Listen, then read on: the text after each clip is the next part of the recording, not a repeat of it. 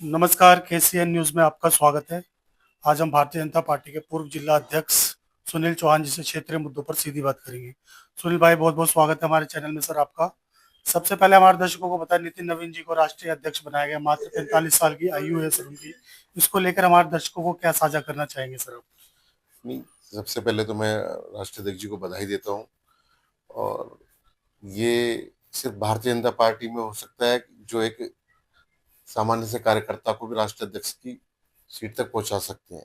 बिल्कुल। और पहले भी देश के चाहे प्रधानमंत्री बने हो, चाहे राष्ट्रीय अध्यक्ष बने हो या आज बने हैं, ये हमेशा एक उदाहरण रहे हैं कि यहाँ पर कभी कोई परिवार से, ये नहीं कि परिवार वाली कोई पार्टी है या परिवार से कोई बनेगा, जो जिसमें क्षमता है और लगभग जो कार्यकर्ता ईमानदारी से मेहनत से काम करता है, तो वो हमेशा इस पार्टी में बनता है। तो ये एक बड़ी सोच जो है कार्यकर्ताओं के अंदर भी आती है कि कहीं ना बिल्कुल। कहीं जब हम अपनी ईमानदारी से मेहनत से काम करते हैं, इसलिए संगठन इतना बड़ा भारतीय जनता पार्टी का कि यहाँ से हर कार्यकर्ता को एक उम्मीद रहती है।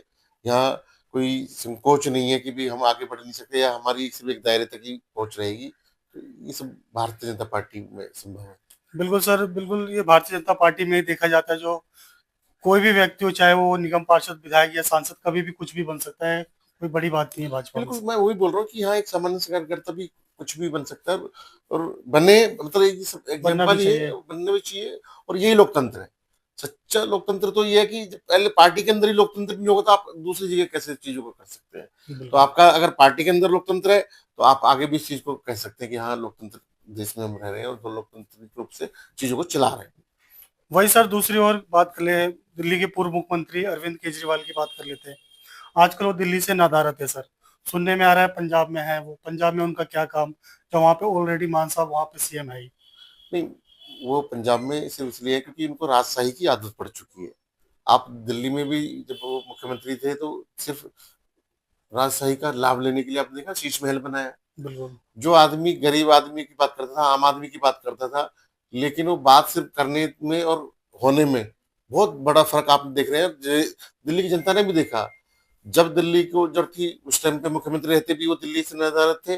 और आज जब चलो दिल्ली में कम से कम अगर आप सत्ता में नहीं है, विपक्ष में तो आप हैं, क्योंकि विपक्ष में सिर्फ आम आदमी पार्टी, कांग्रेस तो जीरो है। तो आपको जब कम कम से कम सामने रहना चाहिए, कोई भी दिल्ली की समस्या है, कोई भी चीजें उनको रखने के लिए। तो कहीं ना कहीं दिल्ली के साथ बड़ा धोखा करके उन्होंने जो है चीज की है।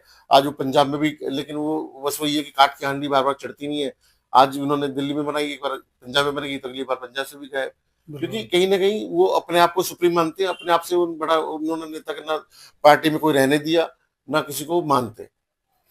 चौहान साहब, आप जिला अध्यक्ष भी रहे हैं अपने क्षेत्र से। जब आप जिला अध्यक्ष थे तो कैसा संगठन को लेकर चल रहे थे, और कितना युवा वर्ग और जमीन वर्ग जुड़े हुए थे आप लोगों के साथ? नहीं, हम जो भी अपने क्षेत्र में पार्टी जिम्मेदारी देती है, हर किसी को, छोटे चाहे छोटा कार्यकर्ता हो या बड़े कार्यकर्ता हो, छोटी जिम्मेदारी है चाहे बड़ी जिम्मेदारी है, हर जिम्मेदारी को इंसान अपने से बढ़ के उसको निभाने की कोशिश करता है। तो हमने जितना भी जो जिम्मेदारी कभी मिली है तो उसको हमेशा पूर्णतः ईमानदारी से उसको निभाया है और संगठन को आगे बढ़ाने का काम किया। आज भी आपके ऑफिस में बहुत बड़ा प्रोग्राम किया गया सर। इसको लेकर भी हमारे दर्शकों को दो लाइनें बताई दें। ये तो सभी अभी आज एक हिंदू सम्मेलन कार्यक्रम यहाँ पे हुआ, उसमें भव्य कार्यक्रम रहा। पूरे हमारे जो राजवीर कॉलोनी घड़ोली गांव की जनता यहाँ पर मौजूद थी। और एक बड़ा मैसेज जो कि संगठनों के द्वारा या पार्टियों ने जो देश के अंदर हमारे अंदर हिंदू धर्म को बिखराव पैदा कर रखा है, सिर्फ वोट के लालच में, सत्ता के लालच में, वो बिखराव को रोकने के लिए, उन लोगों को इकट्ठा, हिंदुत्व को इकट्ठा करने के लिए, राष्ट्रवाद को बढ़ावा देने के लिए ये हमने आज ये कार्यक्रम किया। और उसका बड़ा कहीं ना कहीं लाभ हमें इसको दिख रहा है। लोगों की जो चर्चाएं बातें से जो बाद में निष्कर्ष निकल के आया, सभी समाज के लोग यहाँ पर उपस्थित थे। हर समाज का प्रतिनिधि यहाँ पे मौजूद था और वरिष्ठ लोग यहाँ पर सब मौजूद थे। बिल्कुल। सर, भविष्य में पार्टी आपको क्षेत्र का प्रतिनिधित्व करने का मौका दे तो आपकी तैयारी रहेगी आने वाले समय में? नहीं, ये तो हर भारतीय जनता पार्टी के एक कार्यकर्ता की, हमेशा मैंने आपको जैसे बताया ना कि कभी भी जो जो भी जिम्मेदारी मिलती है उसको भी निभाते हैं, और जो आगे जिम्मेदारी मिलेगी उसको भी बिल्कुल। निभाने के लिए पूर्णतः क्षमतावान की पार्टी के अंदर एक अनुशासन और कार्य करने का जो शैली है ना, वो इस तरीके की, वो हर कार्यकर्ता को इतना मजबूती से तैयार करते हैं कि कल को जो भी जिम्मेदारी मिले वो उसको पूर्णतः निभा सके। बिल्कुल निभाना भी चाहिए।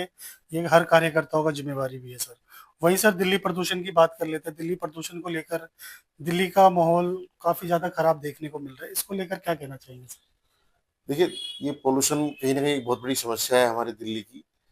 क्योंकि एक लिमिटेड एरिया में कैपेसिटी के हिसाब से जो जिस तरीके से है, लेकिन मैं सराहना करना चाहूँगा दिल्ली सरकार की कि उन्होंने इस समस्या से भागने की बजाय या बहाने बनाने की बजाय उसका सामना किया और काफ़ी हद तक उस चीज़ों पे पालन मतलब लोगों को जो है कन्विंस करने के लिए, लोगों को जागरूक करने के लिए भी प्रयास किया और जो संभवतः चीज़ें हो सकती थी उसके लिए वो कर रहे हैं। ख़ास तौर से आपने देखा होगा जगह-जगह जो है फव्वारे चला के मतलब फ्लग गन जो होती है उनको जी। चला के और दूसरा साथ में एरिया वाइज़ जो एयर प्यूरीफायर लगाए हैं, तो काफ़ी बड़े स्तर पर चीज़ें चल रही हैं। बल्कि पीछे एक आपने देखा होगा एक प्रयोग भी हुआ मतलब उस तरीके से वर्षा कराने के लिए, लेकिन वो सफल नहीं हो पाया। लेकिन उसके बावजूद भी कहीं न कहीं सरकार अपने प्रयासों में लगी रही।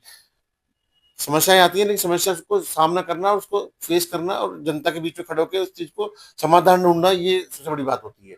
तो मैं इसके लिए मैं एक सरकार जो है हमारी देखो गुप्ता जी की सरकार है, उसका धन्यवाद करना चाहूँगा कि कोई भी मंत्री या कोई भी जो हमारे नेता हैं, वो इससे भागे नहीं, उसका सामना किया और उसको समाधान करने के लिए हर संभव प्रयास भी किए। वहीं अंत में मेरा एक क्वेश्चन रह गया सर आपसे, मनरेगा को लेकर कांग्रेस काफ़ी ज़्यादा उछल-कूद कर रही है, इसको लेकर क्या कहेंगे सर? मैं देख रहा था अभी राहुल गांधी का एक बयान था, उसको सही से उस योजना का नाम लेना भी नहीं आ रहा था उस चीज़ के लिए मतलब वो जानबूझ के एक नौटंकी करना, बार-बार, राम का नाम वो कभी अपनी ज़ुबान से ले नहीं सकते। आपने देखा होगा कि राम जी करके वो योजना है और वो मतलब उल्टा-सीधा पता नहीं 10 बात उसने क्या बोली, लेकिन एक बार भी राम का नाम अपने मुँह से नहीं लिया, जो उसके सहयोगी थे उन्होंने ज़रूर बताया इस चीज़ों के लिए। जी, तो ये उनकी मानसिकता है उस चीज़ के लिए इस योजना को सरकार ने और मजबूत किया है। लोगों को पहले 100 दिन की जो रोज़गार की ज़िम्मेदारी होती थी, अब उसको बढ़ा के 125 दिन किया गया है। दूसरी बात जो व्यर्थ जाता था सरकार का पैसा, उसको कहीं न कहीं संसाधनों के अच्छे उपयोग के लिए सर क्षेत्र के विकास के लिए जहाँ जिस गाँव बस्ती में वो लोग काम करते हैं, उनके विकास के लिए वो काम को करें, उसके लिए योजना बनाना, उनसे उनका काम लेना और काम के पैसे देना। ये सरकार का मेन उद्देश्य है।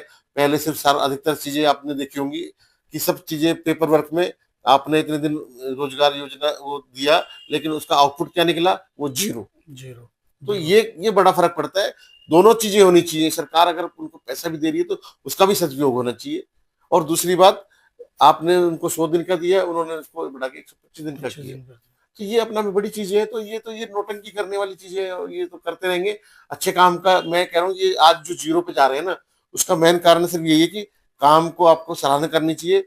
आपको बल्कि उसके लिए बढ़ाने के लिए कोशिश करनी चाहिए। आपने 10 साल केंद्र में सरकार चलाई, लेकिन आपने उस चीज़ को सिर्फ़ लागू करने की कोशिश की, लेकिन उसको बढ़ावा या उसका सदुपयोग करने के लिए आपने कभी विचार नहीं किया। जय हिंद, जय भारत। बहुत-बहुत धन्यवाद सर चौहान साहब आपका भी। आपने समय निकाल के हमसे बात की सर, शुक्रिया, धन्यवाद सर आपका। Thank you.